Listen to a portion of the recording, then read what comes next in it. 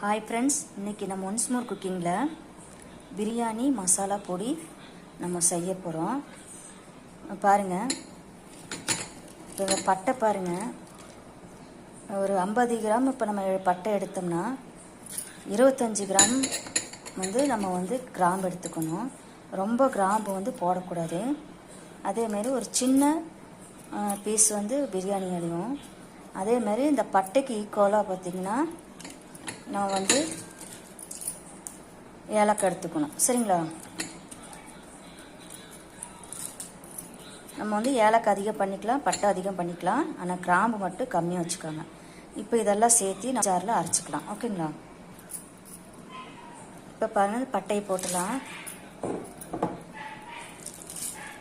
ஏலக்காய், பிரியாணி இலையும் கிராம்பும் போட்டுடலாம். போட்டுட்டு இப்போ இதை நம்ம அரைச்சி பொடி பண்ணி வச்சுக்கலாம்.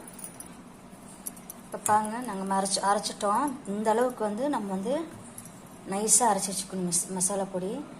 நான் ஏற்கனவே பிரியாணி செஞ்சு வீடியோ அனுப்பிச்சிட்ருக்கேன். அதில் இந்த பொடி நான் காமிச்சிருக்கேன். அடுத்த முறை இந்த பொடியை நான் செஞ்சு காட்டுறேன்னு சொல்லியிருக்கேன். இப்போ இன்றைக்கி நான் செஞ்சு காமிச்சிட்டேன். இதே மாதிரி அரைச்சி வச்சிட்டிங்கன்னா நம்ம தாராளமாக ஒரு 6 மாதத்துக்கு நம்ம வச்சுக்கலாம்.